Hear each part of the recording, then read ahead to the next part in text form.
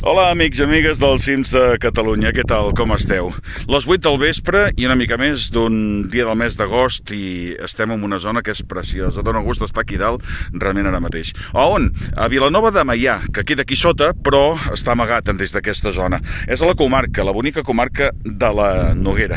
Vilanova de Meià és un poble que val la pena, i Santa Maria de Meià també, que està una mica més enllà, valen la pena visitar-los. Ja ho havíem fet en una altra ocasió, com van fer totes aquestes muntanyes d'aquí darrere, que són un Montsec de Rúbies, amb la Roca Alta, el Tossal de Mirapallars, el Tossal de les Torrades, crec que es deia, no me'n recordo, Torretes, i la Peladet, exacte, i també tots aquests contraforts, que escolta, aquí hem de pujar també algun dia d'aquests. En definitiva, als 360 graus, la vista és preciosa, com que el sol s'està ponent, de fet ja ho està fent ara mateix, és molt acabat, també portem uns dies amb molta calitja, per tant no podem veure molta profunditat, però un bon dia de visibilitat des d'aquí, des del Cogulló, una muntanya de 1.003 metres i que és un dels cims de la Federació d'Entitats Excursionistes de Catalunya, es veu una vista esplèndida.